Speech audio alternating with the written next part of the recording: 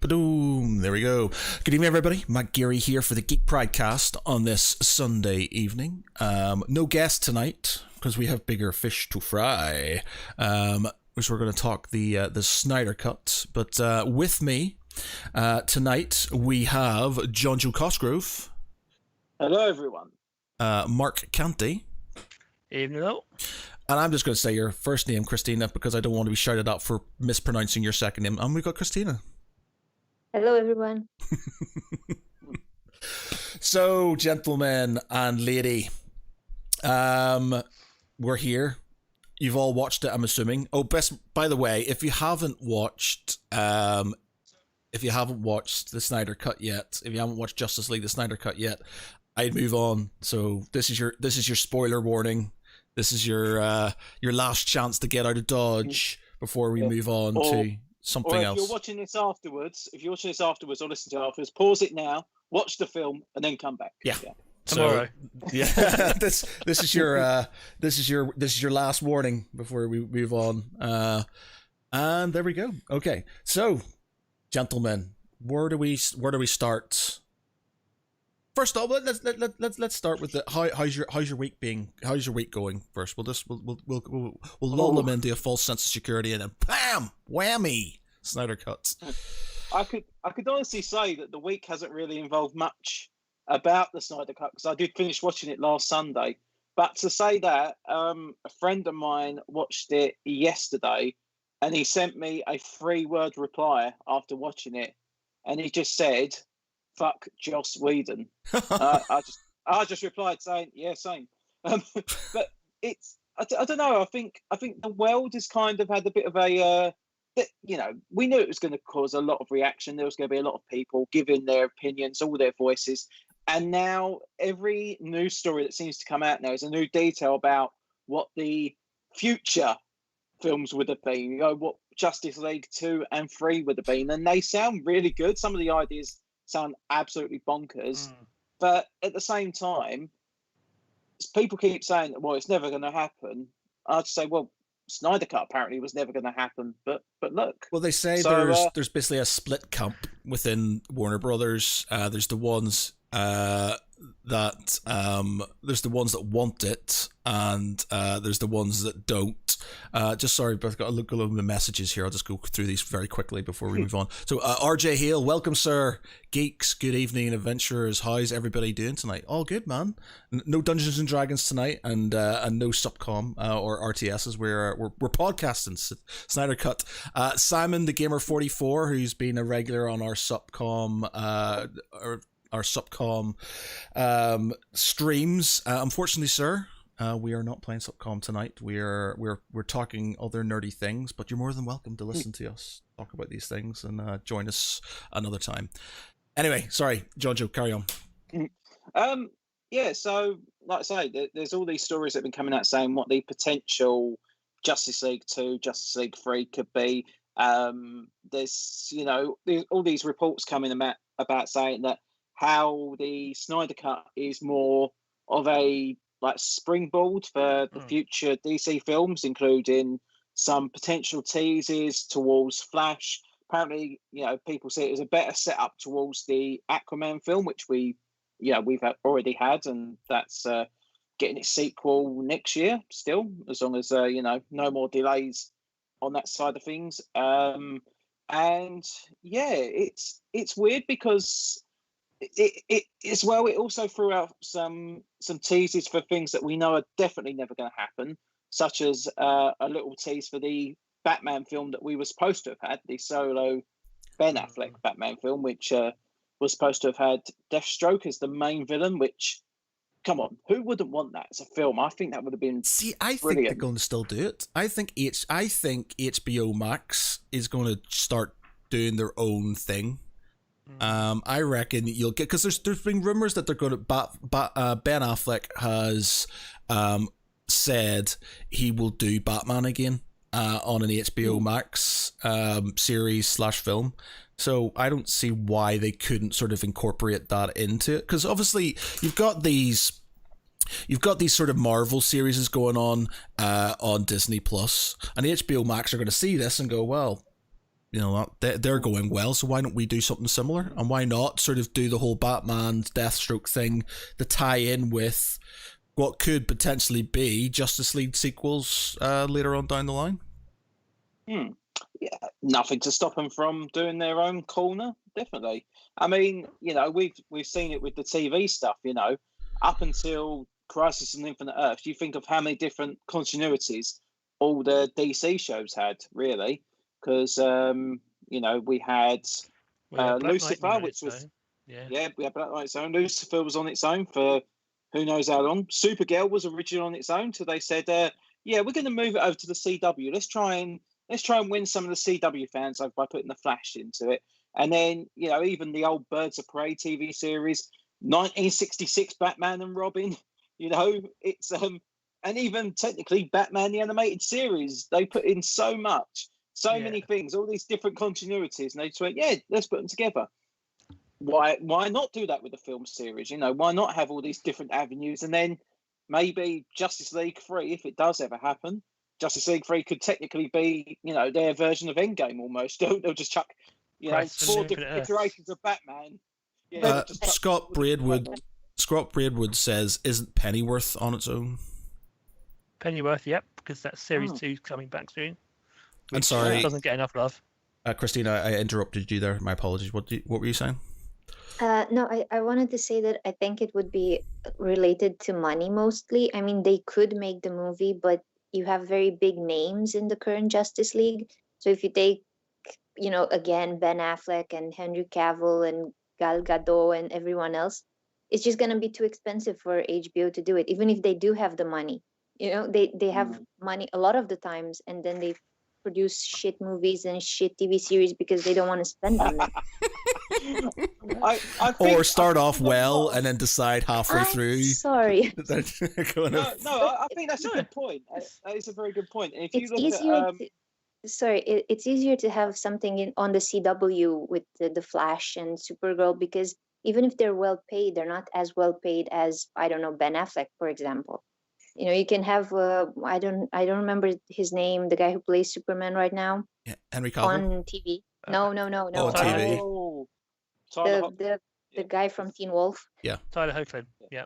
Yeah, him. I don't think he makes as much money as Henry Cavill, for example. So he can make 10 seasons of Lois and Clark, and it would still not be as expensive as any Justice League movie. But then the thing is, that plays against the changes with the fall of the various cinema chains and all the other impending nightmares for everybody.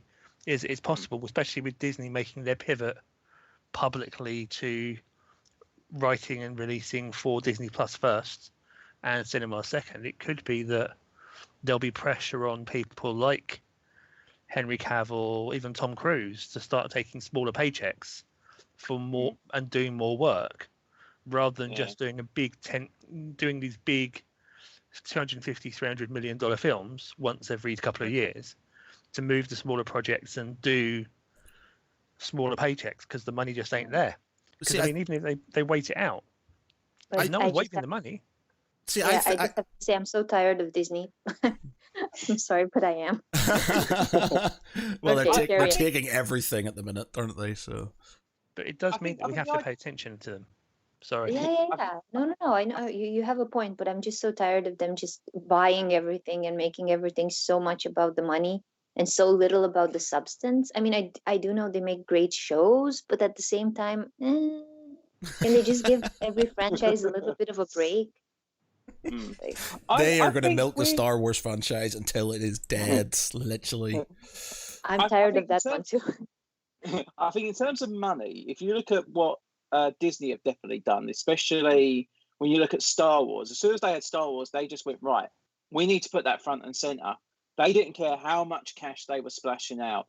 And because they did that, and then when Marvel started picking up steam, when you had, especially after Avengers Age of Ultron, they were just like, right, we're now going from having 5 or 6 films in a phase to having 11 films.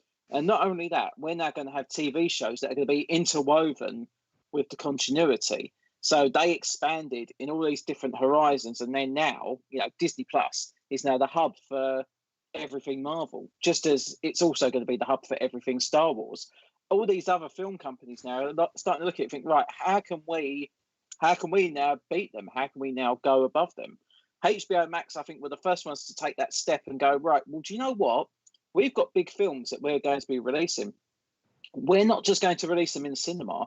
We're going to give you the option to watch them on demand. And whereas some of these say, oh, you can watch them for a premium fee, HBO Max are just going, well, for the first 30 days, it's part of your subscription. Watch this film now. Watch this film now instead of going to the cinema. You're paying your $15 a month for this. Have a film on us once a month. Enjoy it. And this is where I think Disney are going to kind of get pissed off. They're going to go, right, well, hang on. How can they do that? But, they're charging you £20 or $30 to watch a film on day and date release. So I think HBO have been very smart. And this is one thing that Disney probably won't do. They won't. I mean, they've done some of their films, but they've just taken that out of the release window altogether in cinemas. Like they've had Soul, which was the one that came out at Christmas. They just said, right, yeah, we're just going to do that at Disney Plus. That's not going to even have a cinema release anymore. And it worked. It was a very good film, very popular film.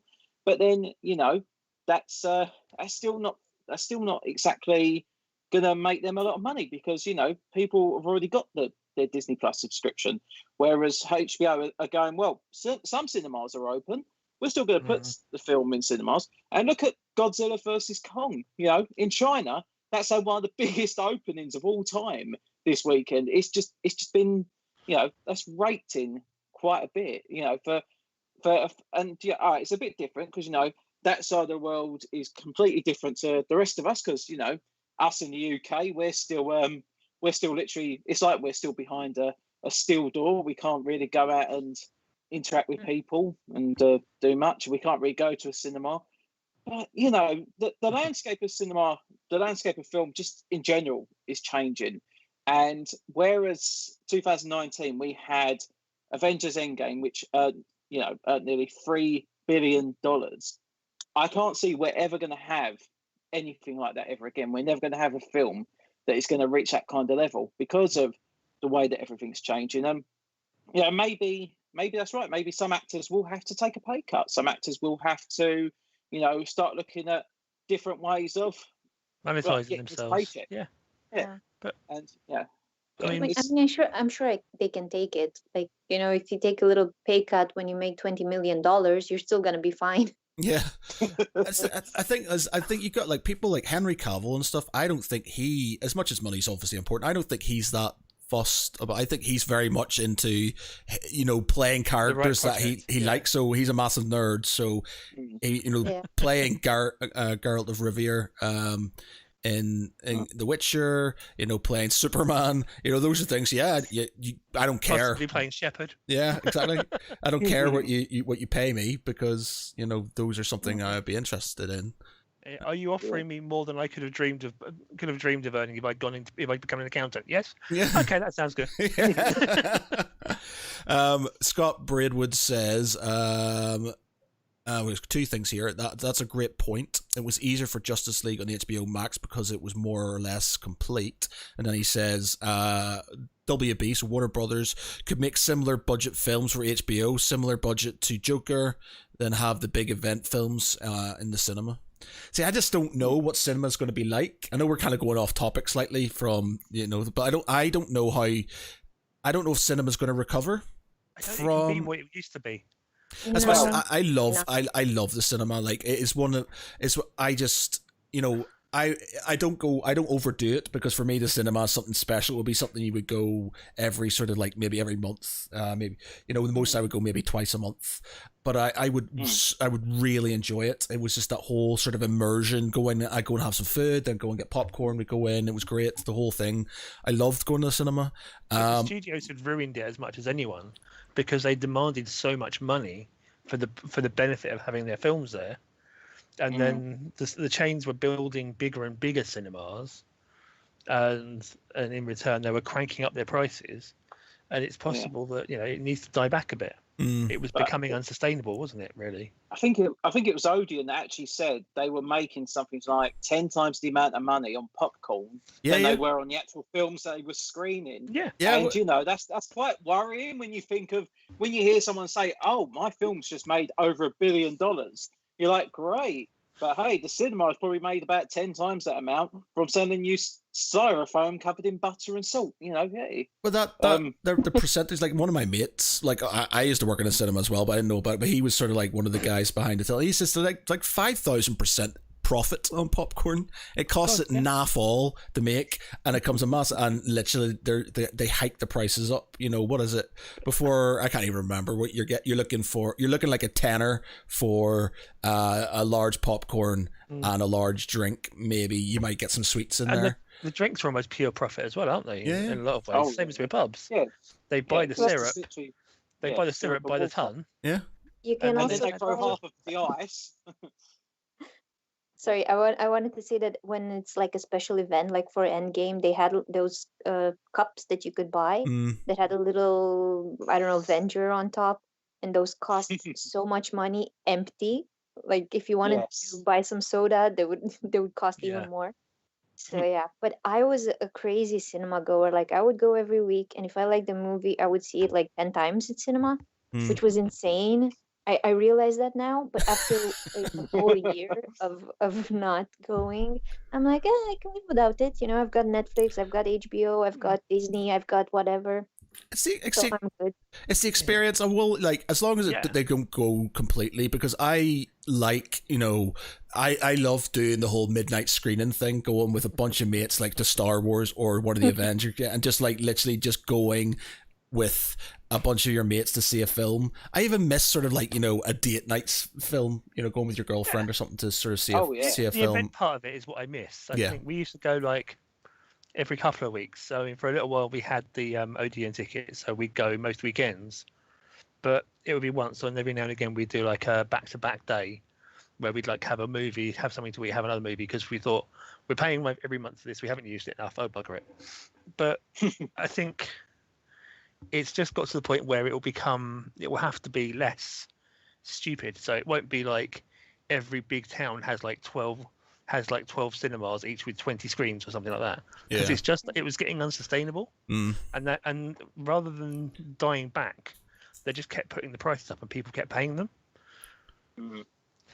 But the thing is, like, again, we're completely off subject, but it's like every time I go to the cinema, the only time you would see it super busy was when one of those big films came out. But you go and see other films, and it would be completely dead. I've been in the cinema a few times, and where it's literally just me or me and another, me and my girlfriend at the time, or me and my family, and there's like one or two other people there and stuff, and it's just like that's why it costs so much, because nobody's after this sort of initial wow new film out, everybody sort of dies off pretty quickly, and the thing is, they run them almost 24/7. They run them with like 12 screens, and it all has to be manned. It all has to be maintained. They're paying for aircon and everything else, and then they got to squeeze the money out from somewhere. And the studios keep going, well, for this film, I know previously we would keep X%, but now we want 10% more than that, 5% more than that, and it kept on creeping up, and the new normal kept on going up, and they kept on. Their response wasn't to say, well, maybe what we should do is maybe not open as early during the week and reduce the amount of it's going to cost us to run. Their response was, we obviously need to build more screens and run more shows to get more shows out of what we've paid for. And it didn't work, but no one was willing to stand up and say this don't work until someone took a sledgehammer to the blocks. But a good example is when Endgame came out. I remember the cinema I was in was a Cineworld one. And I was, like me and my mate, we were watching it in the IMAX screen, but there was at least 4 other screens that were showing it at midnight as well. So the cinema was packed, I don't think there was a single spare seat in any of them screens. But I remember me and mate, we were watching it as a double feature with Infinity War. So we went out for, go for a comfort break, get a drink, get whatever. And I remember looking out and I was like, Jesus Christ, how many people were here? This is insane. You couldn't even see the end of the room. It was just absolutely crowded. So literally, we just I joined the queue and I said to my mate, I said that just pay me back after. I'll get your drink, whatever. And then quickly went to the toilets before we went back into the screen. But even from this film, even from the screen, we was in the middle of the cinema. We got all the people around us. We're in the, you think like this screen's your own little isolated area, but you can still hear people screaming in the auditorium, and we're like, that's a good 50, 60 feet away from where we are, but we can still hear them. It was insane just how many people were going to see this film. And I think the only other time I felt like that, I felt it was just so overcrowded, was the opening night for The Force Awakens, because that was one that I just said, right, I have to go and see that on opening night. I begged my friend. I said, look, I'll pay for your ticket. I'm going to be one that we was at a concert that night as well. Obviously, yes. So, and I said, look, I know it's going to be a late night. I said, but I'll buy your ticket. I'll buy you a drink. I'll buy you coffee. I'll buy you whatever. I said, even on the way back, you ain't got to say a word. You can just go sleep in the back seat of the car. I'll drop you off home, whatever. I said, I don't care. I have to see this movie. And, eventually the trade-off was done. And I was like, yes. But I do feel bad looking at about 2:30. I looked over my friend and she was like, she wanted to watch it as well. It was like, no, it's not working. Right. Let's move back on the subject again. So, what was tonight's subject again? Yeah. All right. So what I'm going to do is I want you to give me a one sentence review of it. So your sort of kind of elevator. Well, it's not an elevator pitch. Just a one sentence a review of it. And I'll go through all these, and we'll start. So we'll start with you, Jonjo. Oh God! Sure. One sentence, Jonjo. One sentence. Yes, I know. I'm glad they killed Steppenwolf. Let's just say that. That was that part for me. As much, I enjoyed the film. That's not one sentence. That's not one sentence. No, I know. That was the sentence. I'm now just elaborating a bit. But I'm just saying that never can stop at one sentence. Right. We'll go in. Right. We'll elaborate into it afterwards. So right. So you're glad they killed Steppenwolf for Jonjo. Mark. A lot more coherent than the first release and enjoyable for that reason, and a little bit too much slow-mo. Christina. An absolute improvement on the cinema version. Okay. All right. I'm gonna go for a slow-mo burn it gets very awesome in the second half. Mm-hmm. Yeah. So it's literally it's slow-mo. There's a lot of slow-mo in that film. I think it would be like at least half an hour shorter if they didn't have as much slow motion as they did. Yeah. Oh, all right. nice. So, okay, right. What are your? We'll go because I don't want to sort of kind of go in a certain direction if people completely have crunch reviews to this and stuff. So, what are good? Did you think it was how many stars out of 5? What would you give it, Jonjo? I would give it a good 4 out of 5 stars. Yeah. Mark? I'd punch it to 4.5. I'd take a half back just because there are a few. It was a little bit self-indulgent in places, which means that the pacing occasionally was a bit hardcore. Christina? Absolute 5. Oh, brilliant. Okay. Right. So I'm 4.5, depending sort of kind of if I'm feeling generous or not, but in and around there. So we're all pretty much in the same ballpark. We all enjoyed it. So I'm going to start off with the negatives. So what did you think? What was odd about it that you just didn't like, or what parts of it you were just like, yeah, this isn't an improvement, or this is a bit naff? Go for it. Creepy, gratuitous caress of Iris during the rescue scene was a little bit odd. Yeah, that was a bit strange. Jonjo? Hey, I've just met you. Have a gent. Yeah, I think that the introduction of because I know obviously they changed the pacing, the introduction of Ezra Miller's Flash, when he's basically, so how do we introduce him? Oh, he's going for a dog interview at a dog grooming shop. Okay. And he meets Iris West of all people as he's going to do it. That just really felt weird to me. I just didn't like that bit at all. It's excessively cute. Yeah. Christina?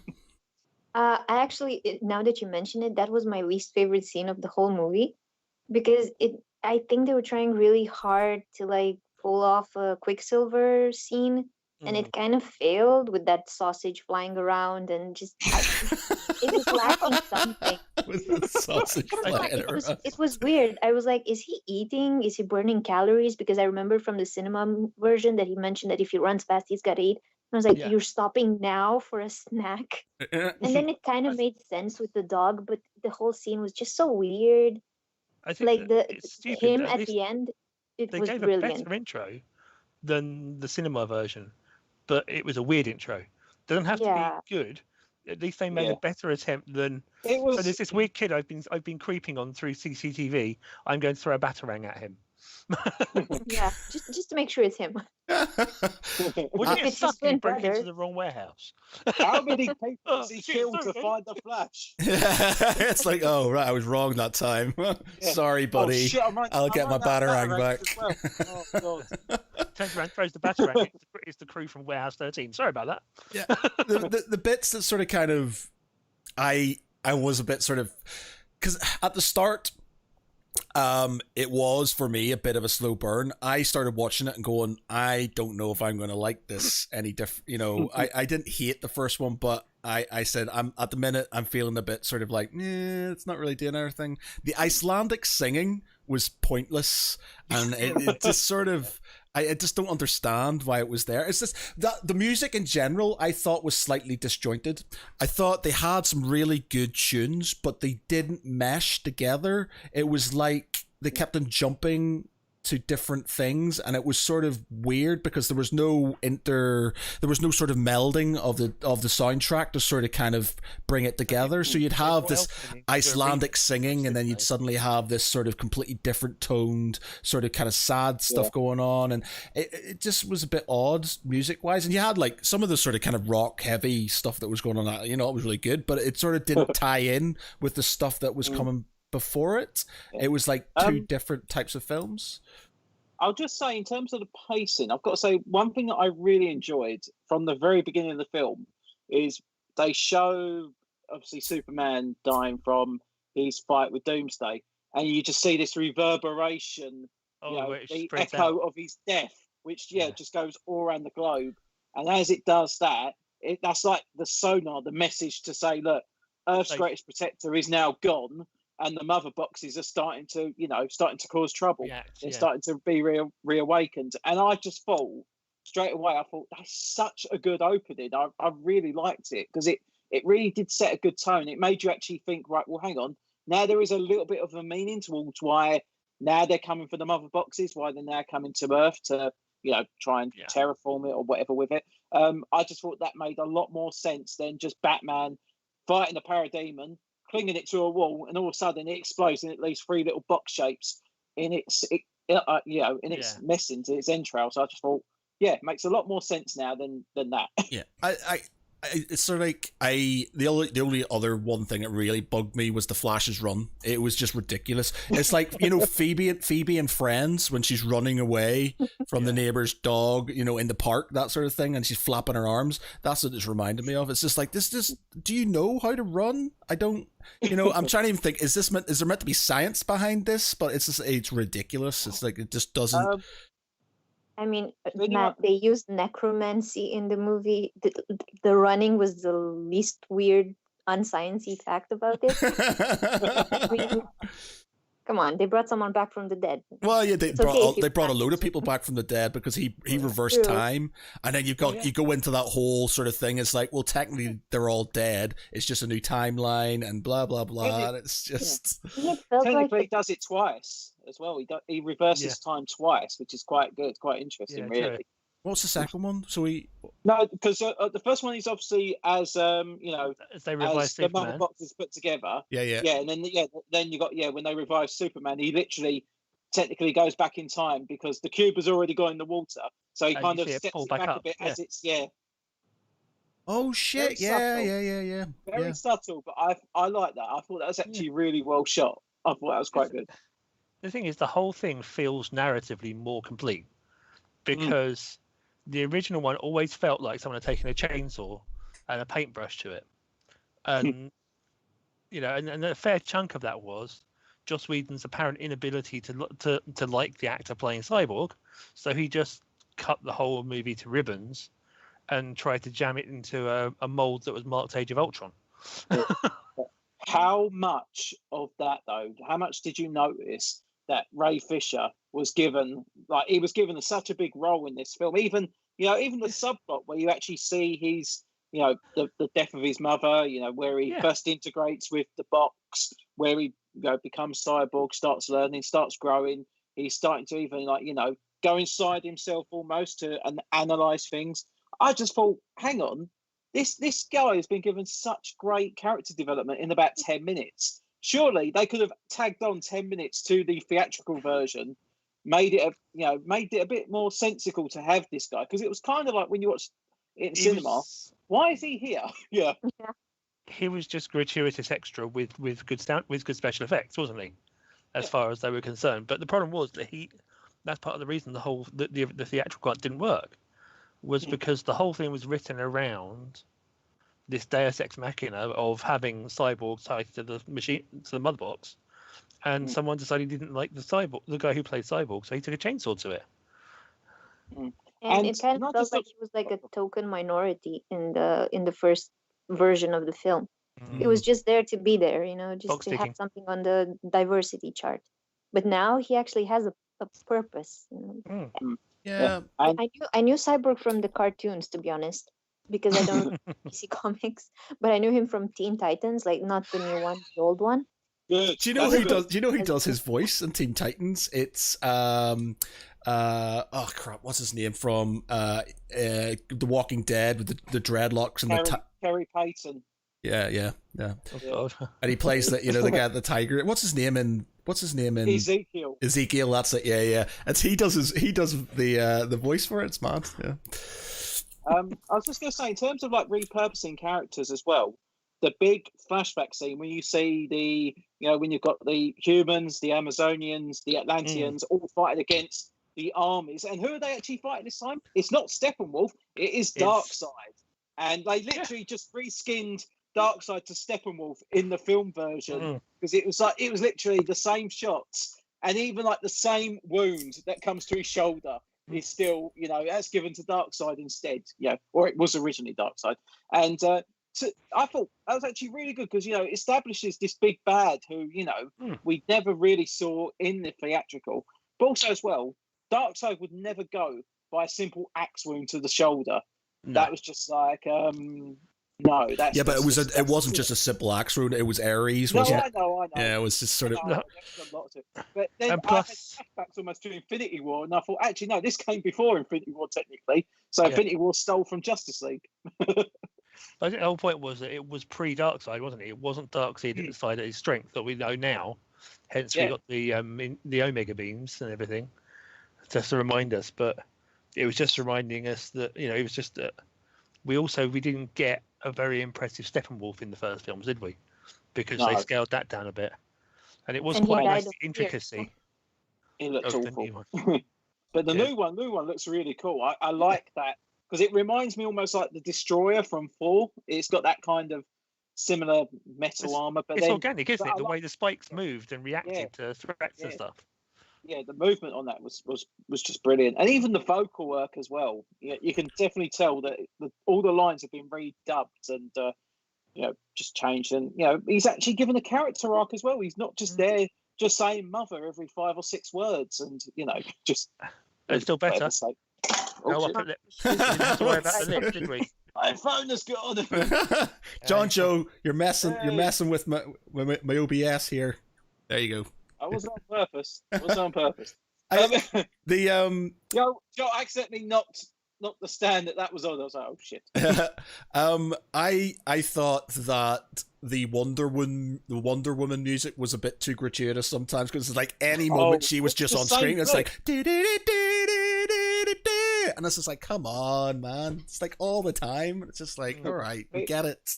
It felt like not just that one, but the other one for the Amazonians. Yeah. It felt like it was that same tune every single time. It was like the same 20-second clip.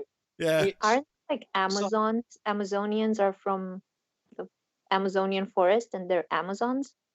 The Themyscirans. The Themyscirians, yeah.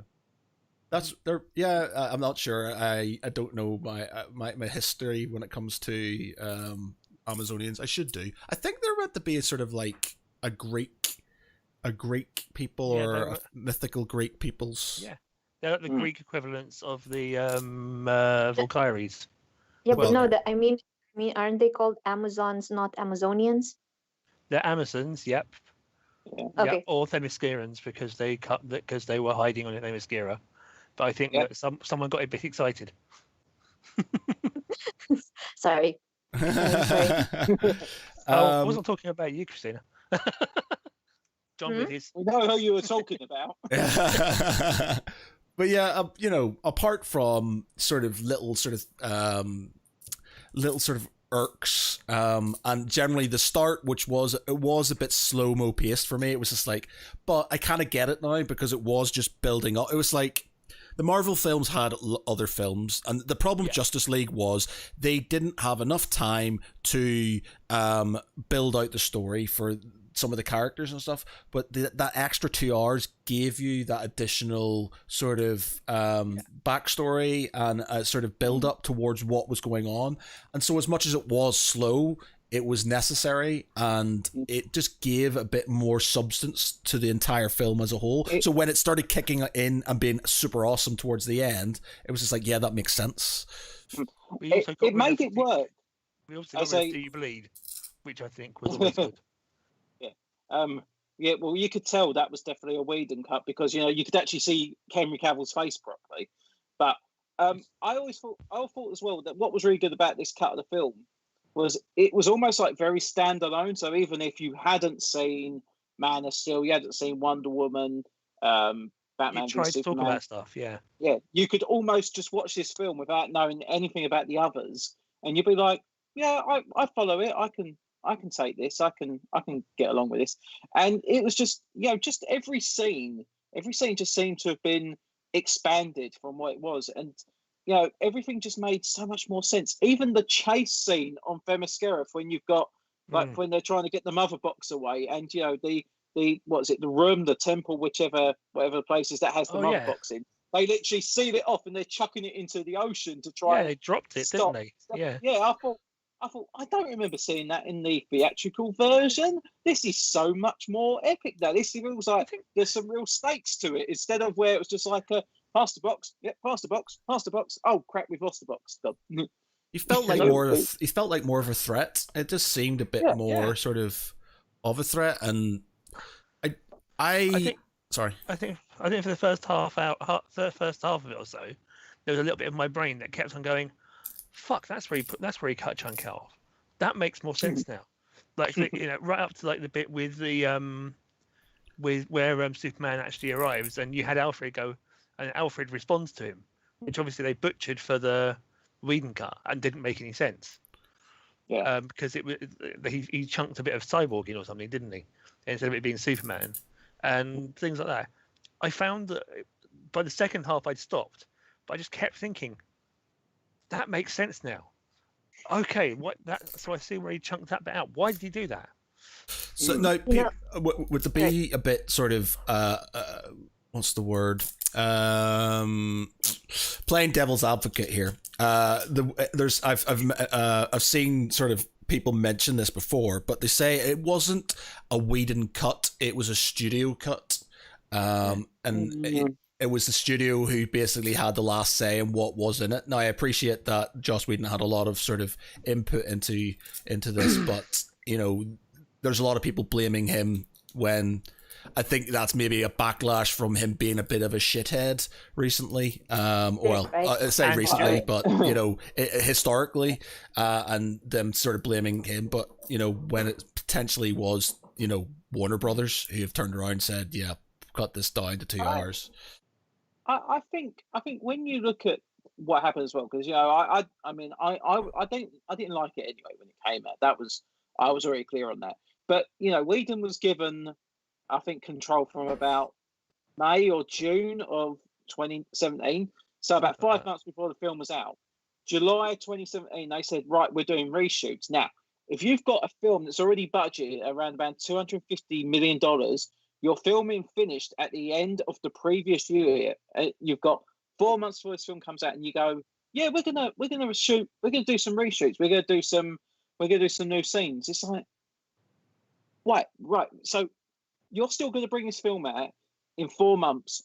You're going to do reshoots. You're going to get all cut and edited. And and what makes me think is, I think that honestly, the studio were already preparing before.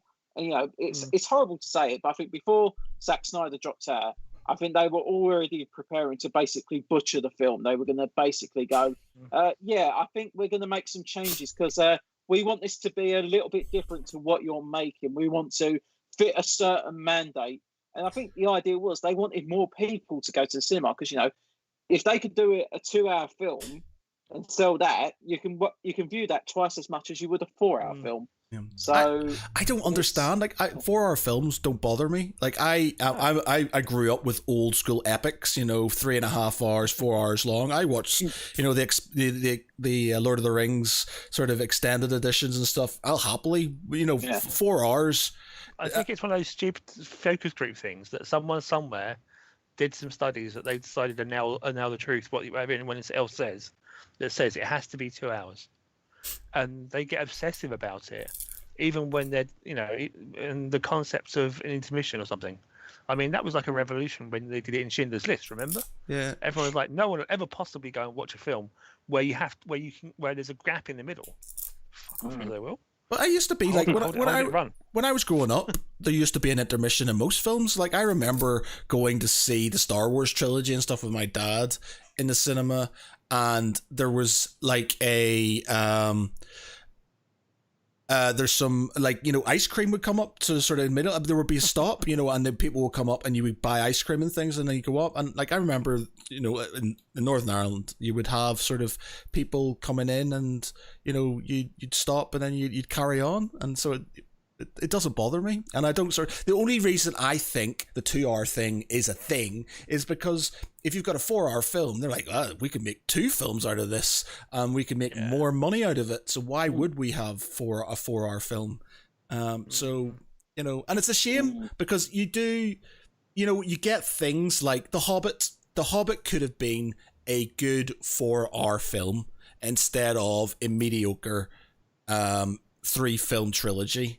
It was, they should have done that, but they were thinking about, we can well milk this, we can make a lot of money out of this, so let's make it into 3 films. When I went to see them all and they've obviously made their money, but it's not because people want to see it, it's because people want sorry no go ahead. It's not like people they want this, they want resolution and stuff. They don't want to have to come back multiple times and stuff and have stuff, random shit thrown. Like I'd happily sit there for 4 or 5 hours and watch a film, and I don't I know people, and I've seen it on my Facebook and stuff, I've seen people who get sort of, I don't like long films. Well, that's fine, but I'm the Snyder cut didn't seem like 4 hours to me. It went very quickly, especially the thing is, the way they broke it up, it felt more like you were Netflixing. Yeah. And people are used to that idea now. If you sit on Netflix, you just let it trundle on. And because he'd broken it up into the chapters, it just gave you a chapter break. And it was like, actually, I can pause it here and go for a wee. Yeah, well, that is a very good point, because there was a guy in one of my WhatsApp groups, and he was saying, it was too long, I didn't have the attention span for it. I said, do you binge watch Netflix? And he went, yeah. I said, what's the difference? The only difference is there's some credits in the middle. and that's it. And you kind of got that with the chapters thing. So you're technically binging something that's going to give you an end product, and it's shorter than probably what you would do with Netflix. So I don't buy that whole it's too long thing, because a lot of people will binge watch things now. They've been conditioned to it, aren't they? They think of binge watching as I can always stop. Whereas with it's the old lie, isn't it? It's okay, I can stop after the next one. Whereas with this, it's a 4-hour lump. Sorry. I want to play devil's advocate here. For me, a 4-hour movie feels too long, but yes, I can binge a whole show in a day if it's like 10 episodes, like European standard. And that is precisely because of this. Because if it's a movie and you pause it, then when you start again, my HBO Go does this, it restarts. You kind of have to go fast forward back to where you were the day before or the hour before or whatever. But with the show, I stopped here. It's the end credits. I know I'm going to watch episode 6 or 7 or 10 or 25, And it's just a mental thing because it's the exact amount of time which is funny spent on both. because it's psychological. It goes to show that there's a problem with how they're building the streaming platforms, really. Some of them will remember it. But, if you were watching it on DVD as a box set, not a problem. You come in, you go ahead to chapter whatever. With that, as you said, you start it, and you're going back to the VHS days, aren't you? I've rented it again the next week, and I've got to start from the beginning. I will be honest. I found myself, especially like some nights after work, and you go, "Do you know what? I want to put something on," and I look through my collection. I'll be like, I don't fancy watching the film. Oh, but I'll put this show on. And I'll do that. I'll get to like 5 or 6 episodes. I'll go, Joe, I could have watched that film, and I still could have done something else in the meantime. But there is like some kind of mental manipulation there. I think that does come into play, because you go, well, I haven't got the time to watch a 2-hour film, but I can watch 4 hours of Netflix.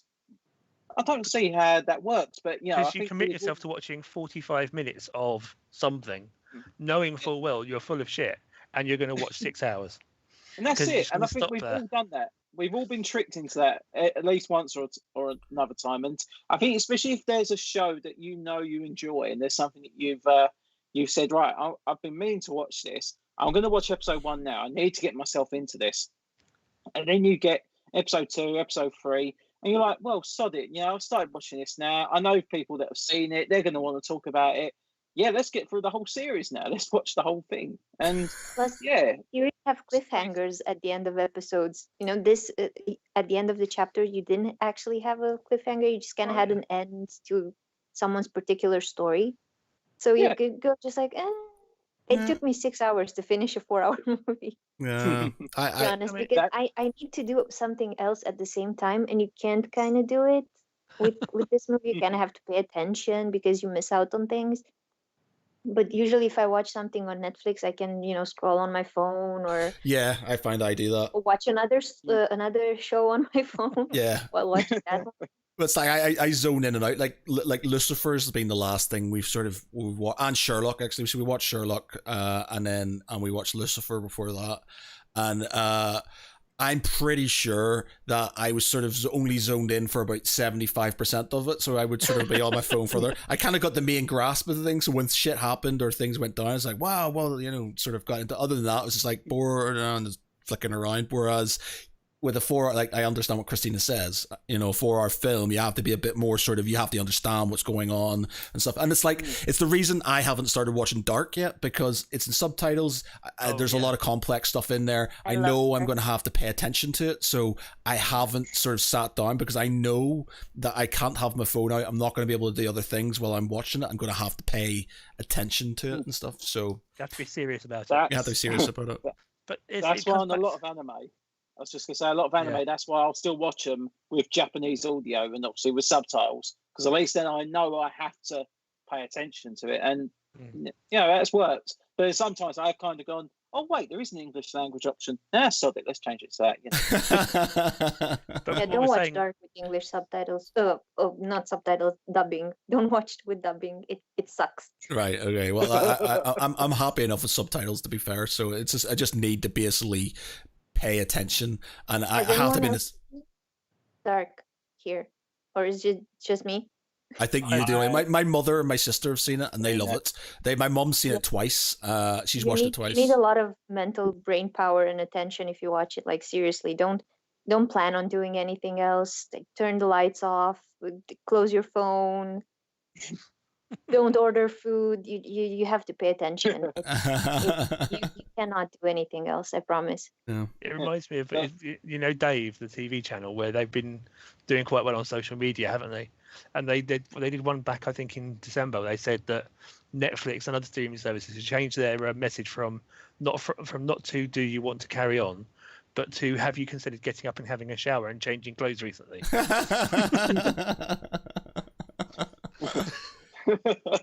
Oh, man. I will be honest. Some of these shows, when you see like these dubbed shows, and the acting in them is just pure masterclass. But then you hear the English dubs of them, and it's like it feels very jarring. A good example, I watched a few months ago. I watched a show on Netflix called Twice Upon a Time. It's a French drama, and I quite enjoyed it. I thought it was really good, but the voice acting in English is it's to be desired. Let's just put it that way. You could tell they basically just got a few people. They said, right, we need you to be the kind of serious guy.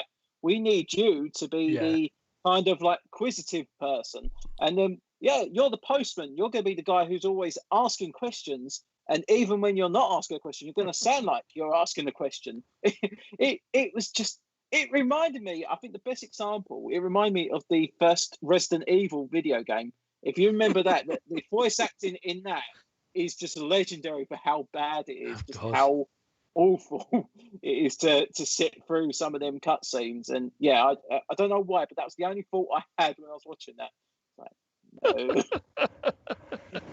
You're gonna have to talk amongst yourselves. My dog has decided he got a bone today, and I keep on pushing him into the kitchen to eat it, but he keeps on bringing it closer and closer and closer to the microphone. So I'm literally got this dog chewing. Because he wants father to play with him. He's being an absolute pain in the ass. And he's just Daddy, I love you, Daddy. And he's just like he's literally growing. It's slowly. He's literally from the other door in the kitchen all the way to this door, and he's sitting there munching on it really loudly. So you talk amongst yourselves while I go and scold him. Sure. Blame the dog. I think I just want to mention one more thing really on Justice League, and this has got a lot of people very split on it, and it is the nightmare scene towards the end of the movie. Now, that was a bit jarring. I know that they kind of done this for two good reasons. One was because they wanted to have something that was exclusive, obviously, for the HBO cut, and they had to do something that was a little bit different. And how they shot, if you look at the behind the scenes stuff of how they made that all come together, it's really good. It's quite good how they obviously done the filming, and some of the actors weren't even in the same country when they were shooting it, so it shows you the advances in technology. But at the same time, I know a lot of people didn't enjoy it, but the interaction between Batman and Joker, I kind of enjoyed it, because it was nice. It was nice to finally see the two have that kind of that kind of play against each other. And at the first half of that conversation, I thought was shot really well.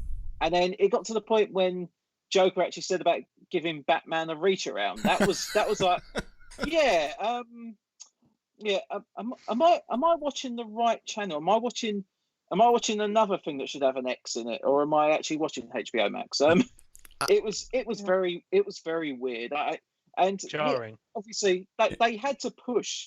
I think they were trying to push that R rating that they had. It wasn't overly graphic or anything in terms of what the film could have done, and as Ava mentioned, I don't think it was gratuitous. It wasn't gratuitous, and I don't think they overdid it. Just like, it's R-rated now, so we'll just have all kinds of crazy shit going on. But that was got to use their one fuck. Yes, they had three fucks in the film. No, that sounds really wrong. Got to use their 3 fucks. Yeah, but I hated that scene. Oh, okay. But at the end, go ahead, because you loved it. Go ahead, and I will say then I hate it. I just hate Jared Leto. I can understand that. Yeah. As the Joker, not necessarily as a person. I don't know him as a person, but he seems like the worst Joker ever to me. Like, even cartoon Joker was better. I don't hate him. I don't hate him as the Joker. No, I don't think he's a bad Joker by any means. I think he's just had bad material. But the way that he plays the Joker in Justice League compared to Suicide Squad, they are two completely different characters. They don't even sound the same either. And it's even the laugh. He couldn't even keep the laugh the same. Couldn't keep that consistency between his two appearances. Maybe he was on drugs. Like he had a what do you call it? That shirt for mental hospitals. Right? He had one on. Maybe he was on drugs. Presumably. Like that's my opinion. Like he was actually taken out of the mental institution and given something to be a little saner, except it failed because he was. Can you imagine that? Can you imagine? Yeah, we need to save the world. We've only got so many people left alive to try and reset this chaos. Oh, the Joker's still alive. I don't actually get why he was there, to be honest. They done it, I think, because it was what they call the fan servicing. They had to have something that was going to make people, people might have gone, well, I've kind of already seen Justice League. I understand this is Zack Snyder's vision, but what's gonna make me want to watch it? And funny enough, a few weeks before the film came out, they went, well, Jared Leto's in it as the Joker. He wasn't supposed to be in it originally. And I think that got a lot of people talking. That got a lot of buzz. Even people that were thinking, no, it's going to be a load of shit, that still made people want to watch it because they wanted to see, right, so how is he going to be in this film? I mean, I think they get paid even if they don't watch the whole movie. But to be honest, if all you want to see is Jared Leto, you could just scroll towards the end because you kind of know that he's going to be there. Yeah. I was watching it and going, where's he coming in? I thought he was meant to be in the dream sequence, but the sequence is right at the end of the film, isn't it? So it's just like he's there. Scott Braidwood says, we've got Mr. Roy says, it's no subcom happening tonight then. Sorry, we've got a lot of Supreme Commander followers. No, unfortunately not. No, you should put it on the screen. We're not doing that tonight. Yeah, we're not doing that tonight. No subcom tonight. Scott Braidwood says, it's hard to judge Leto's Joker. Warner Brothers did a similar hatchet job to Aria's Suicide Squad as they did with Justice League. Yeah. But I think Jared Leto also got a lot of bad publicity because apparently he was really weird on set, like sending dead rats to people and just being really in character, doing the whole method thing. And I think that's what annoys me. Like if you have to be super method to be a good actor, then maybe you shouldn't be an actor. I'm not saying method acting is bad, but if you take it to such extremes, then you're not acting, you're acting like yourself, if that makes sense. You take on the character and you become the character and the character becomes you. Where do you draw the line? I don't know. I have an issue with method acting. Jim Carrey does it a lot, and he did it a lot with Man on the Moon. There's the documentary and stuff where he went proper, and the what's his second name? Who's the character? He played Andy. What's his? I was just about to say Andy Dufresne, but it definitely ain't. What's his? What's the guy's name? The comedian. It was on the tip of my tongue. I can't think of it now. Robin Williams. No, he played Andy Williams. No, what's the guy from Taxi? No, the guy from Taxi. Google it, guys. Google it. The Moon. Andy Kaufman. Andy Kaufman, yeah, that's it. So he plays Andy Kaufman, and he apparently went pure. Yeah, that's it. Scott says Kaufman. He went pure method on that to the point where he was pissing off everybody, and he even could be in character with Kaufman's family and stuff. He would act like he was Andy Kaufman, and even Jerry the King Lawler, who was, one of Kaufman's sort of kind of rivals, not rivals, so they had a bit of a skit, they had a bit of a feud going on. So Kaufman wanted to be a wrestler, and Lawler was the whole thing with Lawler, and they did the documentary, and Lawler was just because obviously Jim Carrey had seen all these things on Letterman and on TV where Andy Kaufman was having a feud with me, Jerry the King Lawler. He thought he could be a dick to me, so it got to the point where he nearly hit. Oh no, he did actually. No, he hit. he Jim Carrey? hit Jim Carrey like properly hard. The scene there was basically a scene where he's meant to slap Kaufman in the ring, and the prop not the prop guys they're basically saying, right, you come out and we'll get somebody else in to take the hit, or he'll pull his hit or whatever. And apparently he's turned around to him, said, no, hit me. And then, like, because Jerry the King Lawler was getting so wound up by Jim Carrey, he proper hit him, like proper smacked him and stuff, because it's like, because me and Kaufman were friends, the whole thing on TV was just a skit. It was just a thing. We got on with each other, but he was treating him like it was real. He hated that. So I can see how method acting can be sort of really annoying for people and stuff. But you know why? Sorry, do you know why it's annoying? It's because people go method whenever they play an asshole. I mean, you never hear, "Oh my God, Jared Leto went method when playing Mother Teresa." It's almost always bad people, and I'm not talking about like Tom Hanks playing Fred Rogers, because he's really a nice guy in real life. Yeah. But it's almost exclusively for assholes. I was just gonna say, one example I could say who definitely ain't an arsehole, Daniel Day-Lewis. Pretty much every film role he's ever done has been method. And probably his best film, My Left Foot. He basically just was in that chair for the whole 5 months of filming. I don't know if I like. A lot of them just like to be method, just to be bad, or to like they turn it up to 11. Always. Oh, I'm doing this because I'm method. No, you're doing it because you're a dick. You could do it in a completely different way and it would still work, Yeah. And it's always this excuse. I'm brilliant. Maybe, but you're still a jerk. Like, And it pisses me off. This is why I don't like method acting used as an excuse for super shitty behavior during filming. And afterwards people get an Oscar and they're like, oh yeah, I got rewarded. I'm going to keep on doing this. Just cut it out. Yeah, don't be an asshole. Yeah. Yeah, I think I agree. Limits, and like you say, I think some people probably do. When they're doing it behind the camera, when they're taking it home with them, and especially like say like Jim Carrey's going home to his partner, he goes, "No, I'm Andy Kaufman." Yeah, but it's the fact they was doing it to their family and stuff. It was just like, it was weird. He would say, "Call," and they would, and the thing is. The problem with your regular Joe, if somebody as famous as Jim Carrey's like, "Call me Andy," the person who's dead, you will and stuff. It's just sort of like you're sort of a bit bamboozled by the fact that this famous person wants you to be called, that. It's just it's odd. It's strange, and it's slightly disrespectful, I think, and it's just, I like Jim Carrey, but when I saw that, I was just like, that's slightly off. Again, completely off topic, but there was a bit of a segue there. No, that's fine. I was just going to say, bring it back to Justice League, and right at the end of the film, I've got to say probably one of the stupidest things they added was, don't get me wrong, a great character, but at the end they just decided, Martian Manhunter. No, I loved. I know he was in it a little bit earlier when they revealed that he was in disguise as Martha Kent.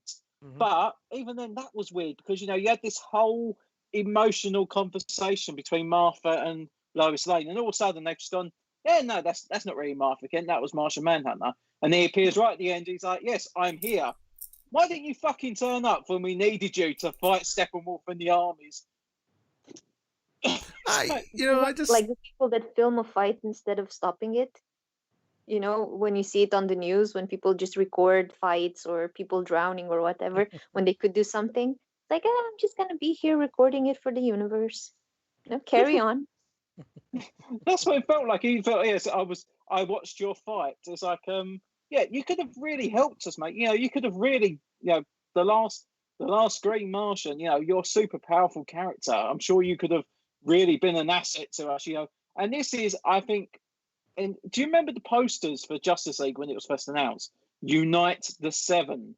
You only ever really see 6 people. The 7 was obviously supposed to be Martian Manhunter. And I guess at some point, very early on, they went, "No, you can't have Martian Manhunter." Because why not? Because he had to work with a lot of what he'd managed to sneak in, didn't he? Because they said he shot more than he was supposed to, and then they butchered half of the extra stuff he did anyway, because they wanted that shorter film. Also, Bruce Wayne had such a I don't know, like he's such a paranoid person up until that point, and then he meets this weird flying green guy, and he's like, "Oh yeah, we need all the friends we can get." Him, he could be dark side in disguise, you know. He could be any type of enemy, and you're like, "Yeah, cool, BFFs. I'll show you our secret base. Come with us." I'll text you. I'll text you the details to the Batcave. Here's the password. Yeah. I'll see you there. To be fair, he did By get the way, slapped around the this is head a few Flash times, and didn't he? This is Superman. He did. Quick But then concussion again- or two. Yeah, but then again, if you think back to the beginning of Batman v Superman, he's like, even if there's a 1% chance he could be evil, we've got to make sure it's an absolute certainty that we take him down.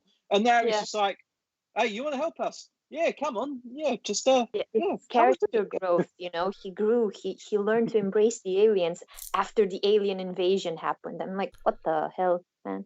Yeah, Scott. But what I did like about the movie was that they actually took out the unnecessary conflict that they set up in the Whedon version between Oh, God. Batman and Wonder Woman and Aquaman, and everyone was just so aggressive towards one another. And here they were like, okay, we have a big ass enemy. We don't have time to squabble over dead boyfriends or, you know, things like that.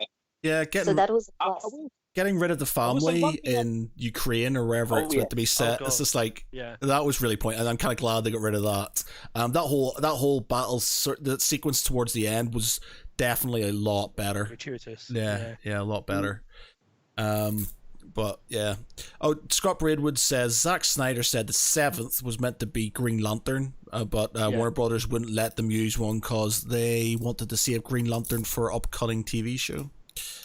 So they killed him because we Oh, did have you have not a heard the rumours about Green that? Lantern that died in the battle. Yeah. There Like, was, yes.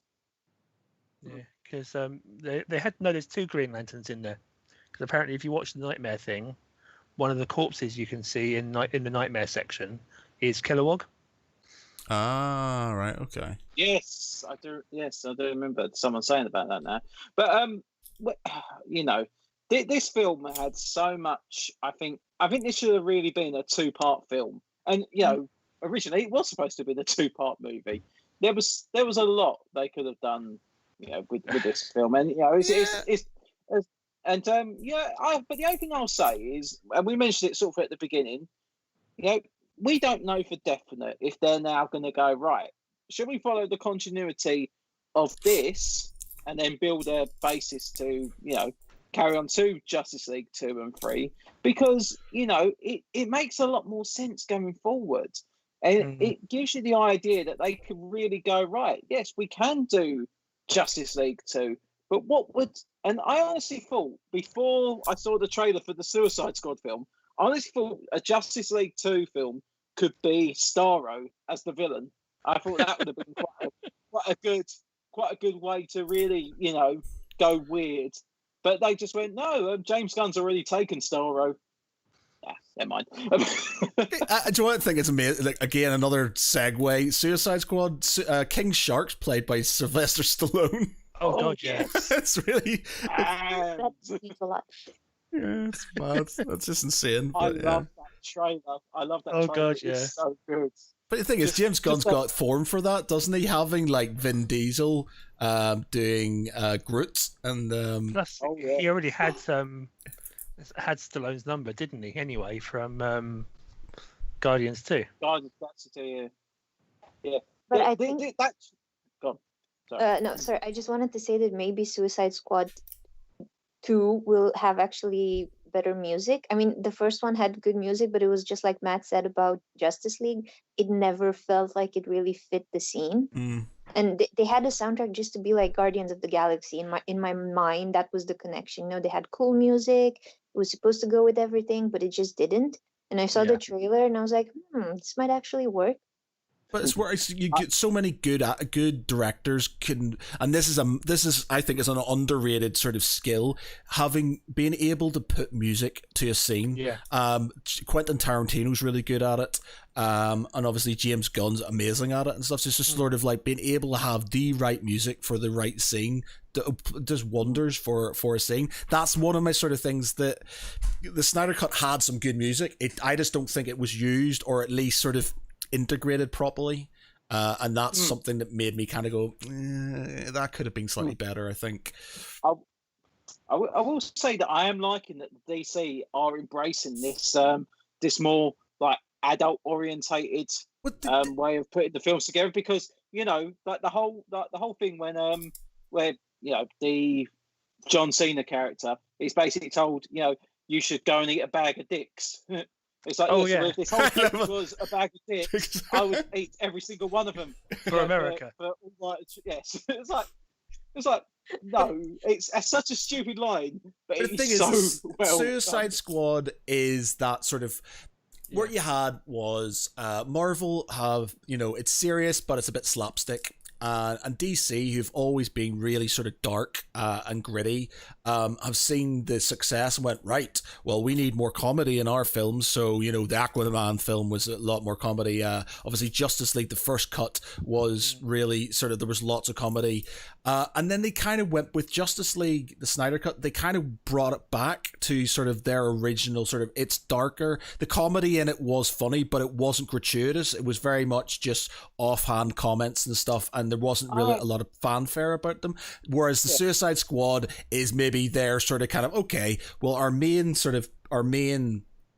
franchises can be the sort of kind of serious gritty stuff, and then we can have the comedy in these sort of kind of side ones, the side quests, if you will, with Suicide Squad. It's like Legends of Tomorrow, but for movies. Yes. I don't know if you watch Legends of Tomorrow, but I love it. I think it's my favorite. It's so it's weird. It's one of those ones. It's so bad, but it's good. It's like I just like the history side of it makes me go no, but I can't stop watching it. I can never look at a unicorn the same way again. Good, we can watch it and actually enjoy it. Nobody dies, and if they die, they probably will come back. It's like a soap opera. People die, then they. Of them. Oh, dear. I think with this. Go.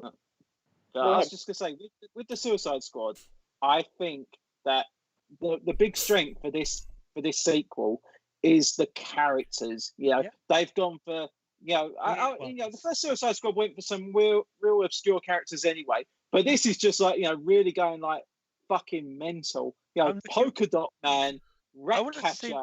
I want to see what Nathan Fillion's going to look like. Basically, as far as we can tell, he's playing the guy who can pull his own arms off and use them as weapons. Yes. And we know he can. My hand. Yeah, we know he can do Po-Face because he did Captain Hammer and stuff like that. But... Is there any sort of like cohesion wise or canon wise? Is it linked to the first one at all, or is it sort of kind of? Apparently it's a reboot. Standalone. It's standalone, reboot, but it's still they've taken the bits they thought that worked. And which is Joel Kinnaman apparently is one of them as well. This is Katana. She has my back. No Katana. There's no Katana. Joel Kinnaman no longer has his back. Viola Davis. Yeah, Viola Davis and Margot Robbie. Yeah. And Jai Courtney, Captain Boomerang. Yeah, Come on. Captain Boomerang. Yeah. I'm looking forward. I'm also quite looking forward to seeing how Idris Elba's playing it, because he kind of played it quite well. The bits that were in the trailer, it's just like he Bloodsport? Does he play? Yeah, Bloodsport. Because they were talking about making him Deadshot, weren't they, and recasting, but they went with Bloodsport instead. I kind of do, because I didn't hate the original Suicide Squad, and I thought I thought Will Smith as Deadshot was good. So it annoys me, when you get sort of good characters and maybe they don't have the best script, and then they just sort of kind of get panned, and it's just like but it's like Ben Affleck's Batman, Henry Cavill's Superman, Deadshot, Will Smith's Deadshot, the good characters, they play them well. So they just maybe don't have the best at the time, didn't have the best sort of story behind them to sort of kind of and this is what it sort of I hope Warner Brothers or something, somebody sort of kind of takes note. This darker edge, sort of futuristic, the anti-life equation. Is it the anti-life equation? They bringing that in, I think, it would be awesome. Being able to see, Superman literally losing Lois Lane and then going mental and killing a bunch of people, and then Flash having to sort of kind of go back in time to try and sort things out and stuff. That would be an awesome thing to do. Yeah.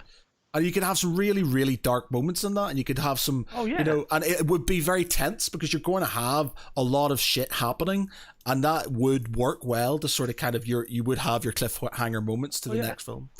I will just say, if any of you played the Injustice video game, because I've read the plot bits, because the first game is there is a bit of like multi-dimension thing going on there, but the main story of it is basically a Superman who does lose his sanity, he becomes evil, and the whole world suffers from it. And there is some proper horrible things that happen in that game, and one of the worst ones is when he picks up Billy Batson in his Shazam guise, and he puts his heat vision through Shazam's head until it comes out the other side, and it's a horrific shot to see, but it's one of them ones that really stuck with me, and I kind of thought, how horrid would it be to see this Shazam. I really like the Shazam film that we got a couple of years ago, and can you imagine such a playful, such a light character, and all of a sudden he gets grabbed by the neck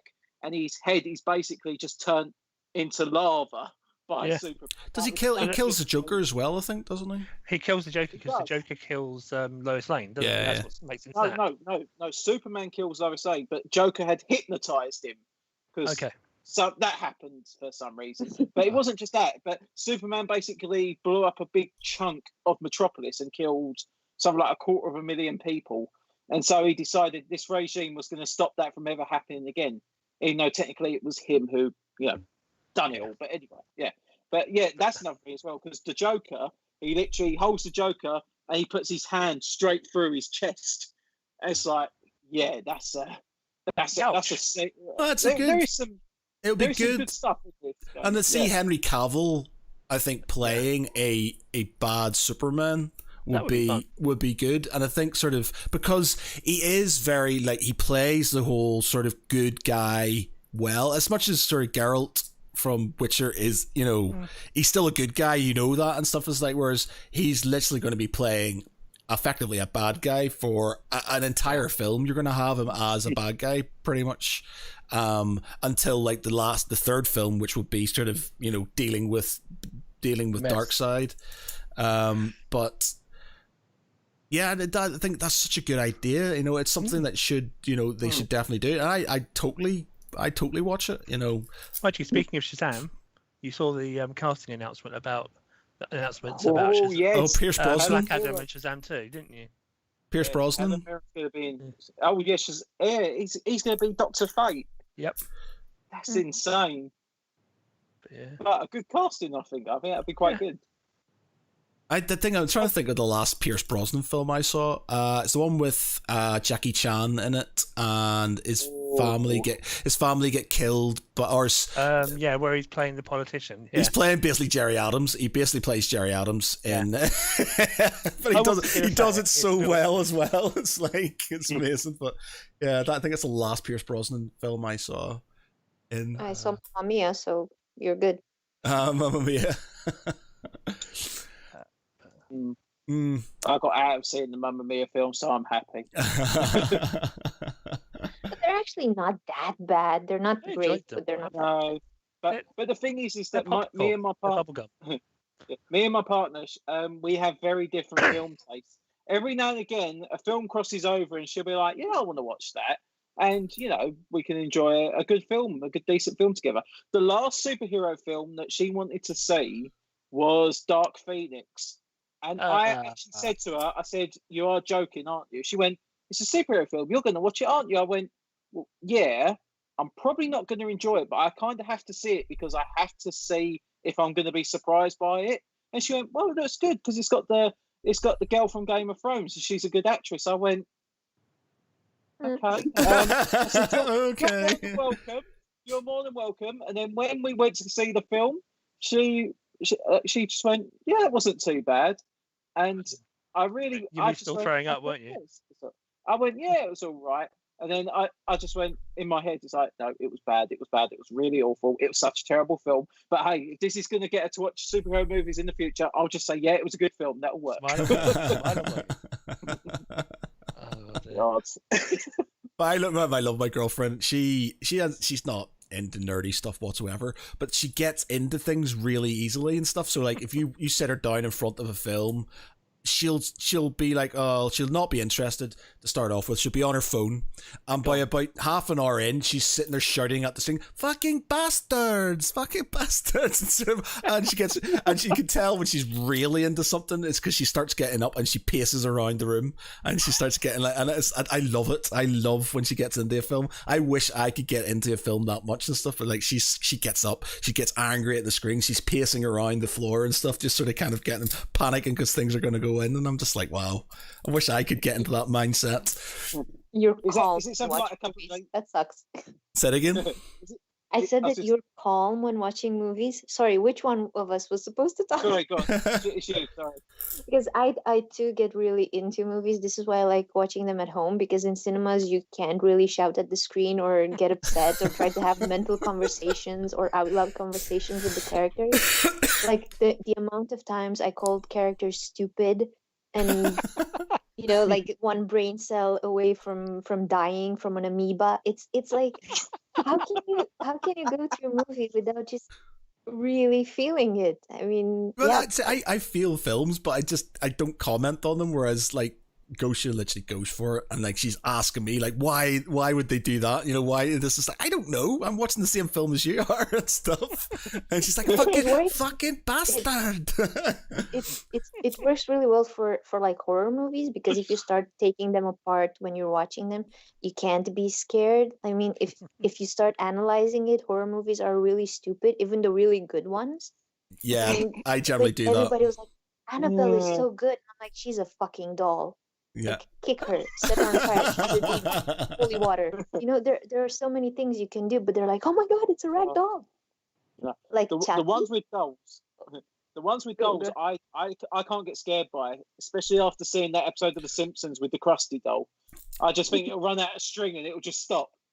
The thing is, there's so many like films like I used to be scared of horror. Again, this is completely off topic, but like there were so many sort of horror films as a kid growing up that I used to be like absolutely shit scared. Like, do you remember Critters at all? Which basically like little balls of sort of like porcupine aliens. I was shit scared of that. And like there was one called Dollhouse, I think, which was basically about dolls. Obviously Chucky and stuff. Did you ever watch The Stuff? Yes, that was the yogurt. That was the one with the yogurt. Yeah. Mate, I could not, like, literally, I remember watching a trailer for that as a kid, and I don't even know why it was. I think my parents had bought, because my dad was a massive Arnie fan, so we always, so it would have been a trailer at the front of the video. Yeah, so we always got like he didn't mind us kids watching an Arnie film and stuff. That was sort of okay. Everything else, you weren't allowed to watch it, but Arnie films was good because it was good violence and sort of good sort of stuff like that. Let us some Steve Bennett stick around and stuff. That was okay. But there was at the start, and there was this stuff, and it was like they were eating the yogurt, and I remember not being able to eat ski yogurts for years, because I was just like, if I eat this, it's going to eat me alive, so I wouldn't touch them. Literally wouldn't go near them. And the only other thing that's ever stopped me eating a food substance was The Thing, because I was watching, my dad said, stay in the car, I'm going to go and rent the Arnie film for the weekend and stuff. So we went into the Whitehead the video store, and I ignored him and followed him in while eating a fudge bar. So I'm sitting there eating this fudge bar, and I sort of kind of walk in, and they're watching The Thing on the screen, and it's the bit where the guy's hands sort of go through the chest and it gets eaten. They eat his hands, and I'm sitting there as a 10-year-old, 11-year-old, just seeing this guy's hands getting eaten by a chest monster, and looking at my fudge bar and going, yep, I didn't eat fudge for 12 years after that. Literally wouldn't eat it. Diet. Yeah, just refused to eat it because all it just reminded me of was that. And it's just like, I don't like fudge because it will make somebody eat my hands, and it's just like, so I wouldn't touch it. So Oh wow! That's as far away from Justice League as we can get, by the way. So Matt not being able to eat fudge because the thing. We never we stay had on a strong subject. start, you know. Well, since we're way off subject anyway, it's kind of relevant. Is anyone watching Falcon and the Winter Soldier at the moment? No, I haven't Not- got it yet. I don't mind you talking about it, by the way, because I have not seen it, but I don't We mind won't you talking. spoil it. We won't spoil it. But I will say that episode 2 was definitely a lot better than the first episode. I think the first Um, episode had an awful lot on it. It was always going to be a bit slow and a bit weird Yeah, for everyone, but- just not as weird as WandaVision was. Yeah, the first No, two the- episodes of WandaVision were a bit like, meh? What? yeah. It asks Episode- interesting questions though. Yeah, episode 2 of Falcon and Winter Soldier. It's like kind of like what WandaVision did. It's kind of like expanding that side of the universe now. You're starting to get some It's good asking links. You're awkward starting to, questions. and there is and I think it's let's just say there is quite a lot of relevance to recent events as well, especially when you see a police car turn up and Oh god, you know, yeah. that. Oh, that- sorry, we didn't recognise you without the goggles. Yeah. That's one of them things that when you watch it, you're like, oh wow, that's quite brave to really see Oh, that God, being yeah. portrayed on the screen. But And that's the thing. Yeah. It's kind of, both of them are doing the bit where they're digging into the awkward questions because they got more time to do so. Whereas Homecoming kind of glossed over the whole blip. What they're doing is they're actually talking about it from adult point of view. Whereas Homecoming, you could get away with it because it was all done from Peter Parker's point of view, yeah, and kids skip through shit like that. Don't they? They just deal with it. And he Yeah. wasn't there for it. But with the adults that were and weren't there, it's interesting to see now that they're having to deal with them pick up the pieces a bit more, and they're having to actually face up to the cracks Yeah. that were always there as well. yeah, it's the ramifications because it's even addresses. All these people have just come back after 5 years. The world had changed, and that's going to have a massive effect. Oh, And God, you're not going to probably see that in the films, but TV series is going to be like, well, we have to address it really because it's in that timeline. It's in that phase now. Where the is it problem in is- relation to WandaVision, by the way? Does it sort of... It's about One- 6 months after Endgame, so about 5 months after WandaVision, really. Whereas Roughly. One Division was just after, within a couple of weeks. Yeah. Whereas this is 6 months after the click, so everything's had a chance to settle out. Right. Because obviously in One Division, you actually got to see the return, as people were coming back, and you got to see the immediate aftermath. This is stepped back a little bit. Everything started to settle out a little, to some extent, but there's still lots of crap going on, and it just keeps on intruding. I know Wyatt Russell. Yeah. He's in it. Obviously Kurt Russell's son. I And will, Goldie I will Hawn. say he's actually really good in So this, far, yeah, I'm. as John Walker, the new Captain America. Mm. He actually has got quite a good bit of charisma to him, and even he's Battlestar. shield play as well. Yeah. As well, I thought the shield play was actually done really well, especially the news conference bit. It was like, Yeah. Well, very. to be honest, Oh yeah. I'm gonna watch it. Sorry, go ahead. No, go on. That was basically it. No, I wanted to say I'm gonna watch it for Bucky because I'm supporting Sebastian Stan, and that's how you pronounce his name, by the way, because he's Romanian. Oh, is he? I did not know. Yes, he is. Don't yes, get he his is. name wrong, or Christina, I'll shout at you. I do not shout at you, Matt. You just pronounce it wrong. How long have we known each other? Yeah, but it's the thing is, I don't understand. I can barely pronounce my girlfriend's names, and I've been living with her for a year. I thought you were gonna say you can Digging barely the hole speak English. there, man. I can barely speak. I can barely speak English. It just, it's true. But, We didn't like to say, yeah, but Yeah, I can't. I in my mind, I'm like, I'm pronouncing this right, and I'm definitely not pronouncing it right. So I just, if I'm getting it wrong all the time, it's like Gosia tries to teach me Polish words all the time, and I say them, and I'm like, in my mind, I'm like, I'm saying this exactly the way you're saying it, and she's laughing at me, and I'm just like, I'm 100% saying it right, and you're just like, she's like, no, you're not, and I'm just like, okay, I'll just not do it anymore. Goodbye. I think the series is what I like is that this feels like we've kind of gone back to the MCU that we know. It has got that Winter Soldier-esque vibe to it. It's not complete mystery, but at the same time, it's intrigue. You know, there is a lot of questions that are coming out from it. We are digging something a lot deeper than what we would have seen on the surface. And, you know, even at the end of episode 2, I'm not going to reveal what happens, but I was kind of shocked because I kind of thought an element that I thought would have already been in play looks like it's now only coming into play. And I was quite intrigued by that. So, you know, there's a lot, but only 6 parts as well. I'm very much in the idea that I want to see a good progression, but at the same time, I feel like 6 episodes might not be enough to really fulfill this storyline. So we keep forgetting that it's feeding into stuff as well. Yeah, because we don't know what it's going to tie into other films or to other series, because we already know of a bunch of different series they got lined up. Obviously, we know that some things link into some of the films that they already had lined up because they already had those narrative hooks lined up as well. Yeah, but that's true. It's going to be. It's a different way. It's something we haven't quite got used to thinking about Marvel stuff before, because we were all lined up for it to be great when they started off with Agents of S.H.I.E.L.D. and stuff, and they promptly just said, you know, we can't be asked. But this time around, there is a possibility of them doing what they threatened to do like 10 years ago, and actually have the stuff, the big screen stuff, that's all the big, high explosive, very quick 2 hours and it's done, actually linking into these longer form 6, 8, 9 hour sort of like groups of things over a period that look into stuff in more detail. Yeah. And I think the time of the episodes as well is quite good, because when you take out all the credits and everything, you've got a good solid 42, 43 minutes of action. So when you take all 6 episodes, if they're all going to be about the same length, that's over 4 hours of what we'd have a movie. So that's a lot to really give you a good insight to what Falcon and Winter Soldier could have been as a film. So imagine you get this 4-hour story, but imagine if it was condensed to half of that.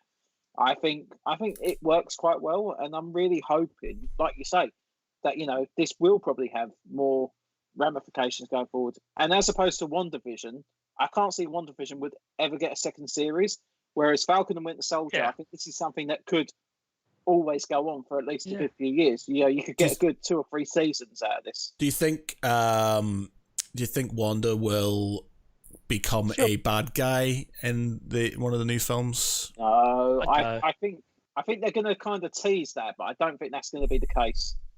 I think that that WandaVision ultimately was kind of a very interesting take on shaking up a redemption for her by simply, but at the same time wanting to give her more complexity, because she didn't get served that well by the films, did she? Yeah. She was a MacGuffin.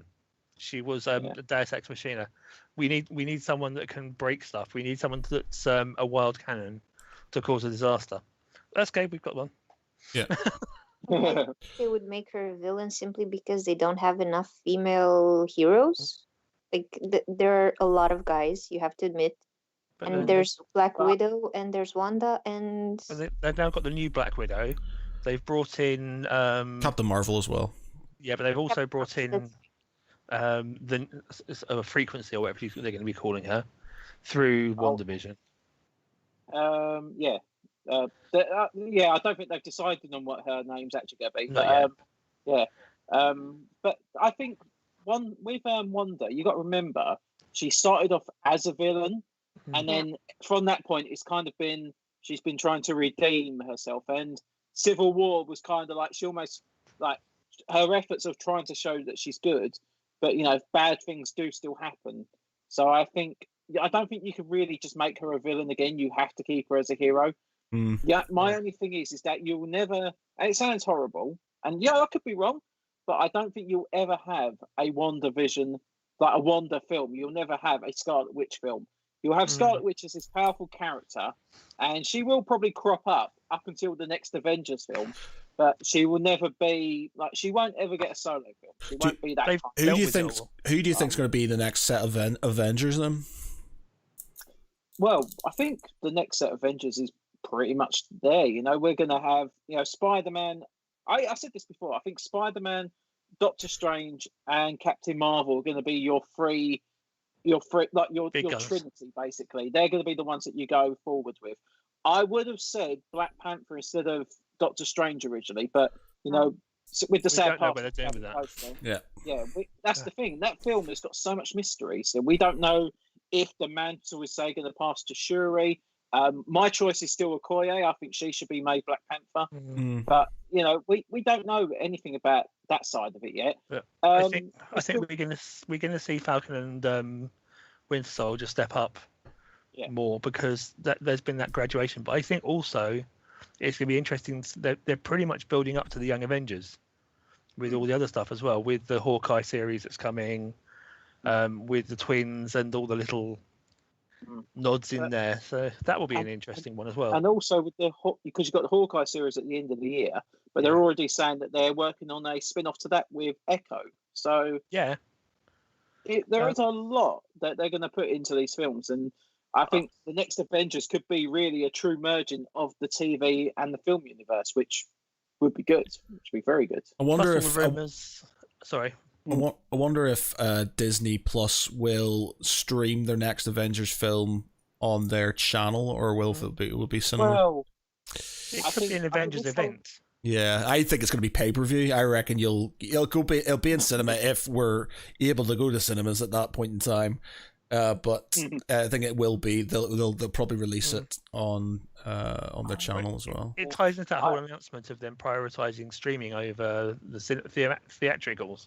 I think I could almost see, instead of a big Avengers tentpole, they're almost being like a pay-per-view 2 or 3 parts with some other stuff wrapped into it.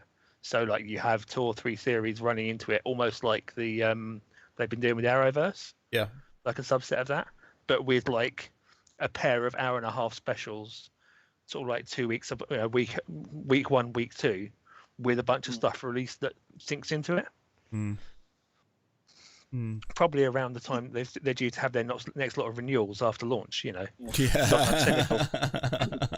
I think with Marvel, they are taking some very different steps, because if you look at because I know obviously they've shaped up the release schedule a little bit, but going into obviously this year, we've got 2 new properties entering the MCU. We've got Shang-Chi and we've got the Eternals, which are going to be big impact. Shang-Chi is, going to become an Avenger down the line, so that's another mainstay that's going to be cropping up. Eternals, not too sure how that's all going to fit in with the main timeline yet. And then going into 2022 and 2023, She-Hulk. Yeah, we've got the She-Hulk series. We've got Ms. Marvel, who's going to be in Captain Marvel 2 as well. We've also got Fantastic Four. We've got Blade. We've got a whole wealth of films and TV series that are going to be happening. We're going to get some very obscure characters. Well, obscure compared to, Captain traditional. America, Iron Man. We're not. Iron Man was obscure once upon a time. Remember? That's it. Yeah, and they've shown that if you can take something like Iron Man, Guardians of the Galaxy, if you can take these characters and you can make them household names, who's to say that in a couple of years' time you're not going to have everyone? I'd love to see Fantastic Four become a household name again. I'd like to see them get the love cinematically that they deserve, and actually, have something decent really to see them in. That's the big side of it. I'm still waiting for the Squirrel Girl. Squirrel Girl, yeah. Might come off of Miss Marvel. Maybe. They tended to be together in a lot of the animated stuff, haven't they? There is rumours about that, but then you're always going to have rumours, and be honest, you can't always believe what you see online. Anna Kendrick for Squirrel Girl. I was just going to say, Miss Marvel's already been cast, and that might upset quite a few people if you recast them there with Anna Kendrick. But no, don't ever take into account the rumours seriously, because how many people for how many weeks did we hear about Mephisto in WandaVision? And the amount of people that really got disappointed by that, it's like, well, no one even hinted at, no one even said that, and even the showrunner every week was going, "It's not Mephisto." I think you guys are going to be very disappointed when you see the result of this. Yeah. Guys, please just calm down, please. It was amazing. And Paul Bettany as well. Paul Bettany, the bit when he said, "Yeah, I'm going to be working with an actor that I've admired my whole life. I can't wait for you to see my work with him." It was basically himself. Yes. Like, that's awesome. But that's a very British thing to do to people, though, as well, wasn't it? Troll. Right. I think we're going to call it here. I have a slightly shorter one because I had a slightly late night last night. It was a stupid idea for Matt to get drunk and try and play video games until 3 o'clock in the morning. I'm very tired. So they wanted Supcom. You gave them Supcom. Yeah, I did. It was so bad. Just Matt getting frustrated why things weren't working, and then realizing. I'm quite worried that Matt's still talking about himself in the third person. Yes. Well, I'm like Terry. Yes, Matt. I'm like Terry in Brooklyn Nine-Nine. So yeah, I'll go. I'm tired and still probably a bit hungover from the 2 bottles of wine. Unfortunately, my missus, you'd think being Polish she'd be able to hold her booze, but she had 1 glass, was out for the count, and I basically decided to stereotypes. I reckon all it was is she waited an early night and just went, "Yeah, Joe, I've had enough now." Yeah, and then Matt was like, "Yes, I'll come up to bed in a minute." He was like, "No, fuck it, I'm going to go on this game." I finished another bottle and a half of wine, and I was just like, you know what's a good idea? Let's play a complicated real-time strategy at 3 o'clock in the morning, and then and let's live stream it so everyone can watch me and laugh. Yeah, and watch me getting absolutely obliterated by my brother and getting frustrated because I don't understand what's going on, and then realizing at the end that I was doing something really wrong, and I was just like, "Oh, okay, I'm not going to drink and play games anymore." It's not going to work. When it comes to the point when you're doing a stream and RG Hale comes on and says, "Matt, you're just going to like turn off the stream and go to bed." Yeah, he's going to tell you you're doing something wrong. Yeah, we need RJ Hale is. We need him as a sort of kind deputized. Yes. Right, okay, so before we go, does anybody have any last words or anything they want to talk about quickly? And I mean quickly, because, I don't know, but yeah, quickly. Anything? Okay, very, very, I was just going to say, very, very quickly, we've got 4 more weeks of Falcon and Winter Soldier. I think this could potentially be more epic and more, I think it could be better than WandaVision. WandaVision set a high precedent. But I think that this is going to be the proper reintroduction to the MCU.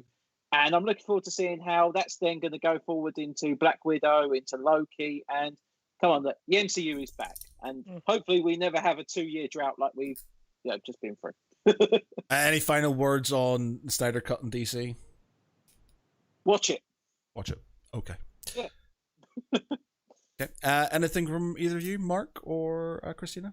Ladies first. Just have a good morning, because it's morning for me. It's almost 1 o'clock. Oh, you're a tripper. You're a tripper. Oh, dear. So that's it. And of course, watch Justice League. Cool. Mark? Just to say that it's 4 hours. Don't give yourself some time. Leave it on pause. Break it up. But it is worth it, because especially if you sat through the original theatrical cut. Because it would actually make sense to you, which the other one never did. Cool. Right. Well, ladies and gentlemen, thank you very much. We had a fair few people watching today, which was great. Lots of comments. Cheers to Scott and to the Supcom guys for going through this instead of watching me getting obliterated by my brother. But I appreciate everybody's comments and time, and thanks to Christina for staying up so late. We know it's late there, so we appreciate your input and sticking around with us tonight. So yeah, for tonight, I've been Matt Geary. With me has been Christina. Bye-bye. Mark County. Nightle. And Jonjo Cosgrove. See you later, friends. Bye.